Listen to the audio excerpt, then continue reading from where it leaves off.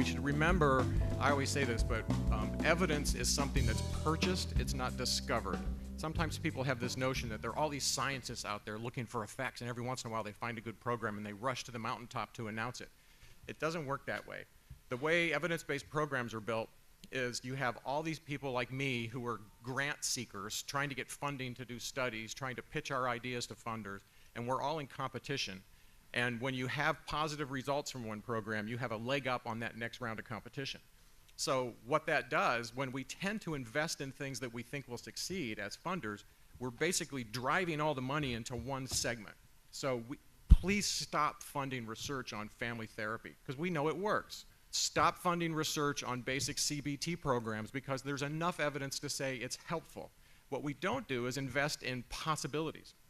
So we do not invest in things like, would it be helpful perhaps for a 21-year-old to finish school and have a way of getting a solid job that can pay their bills? Could that possibly reduce criminal offending? What evidence-based programs is one sort of can of worms. The other can of worms you mentioned is recidivism. I think we need to start looking at recidivism not as a medical indicator of behavior, but as a relationship between the individual and the state. Because if you live in some neighborhoods around New York City and have certain physical characteristics, you have a very high probability of having contact with law enforcement. So that could lead to recidivism. And of course, your own personal behavior has a role to play in recidivism. But if you live in a different neighborhood, you have a much lower probability of having law enforcement contact and a lower probability of having your behavior observed and reported.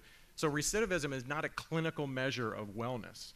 It's not a way to base whether a community is safe or not, or improving or not. So I don't know why we've created this whole policy infrastructure where we think recidivism is a way of judging individuals when it's actually a way of judging the dynamic between individuals and the state.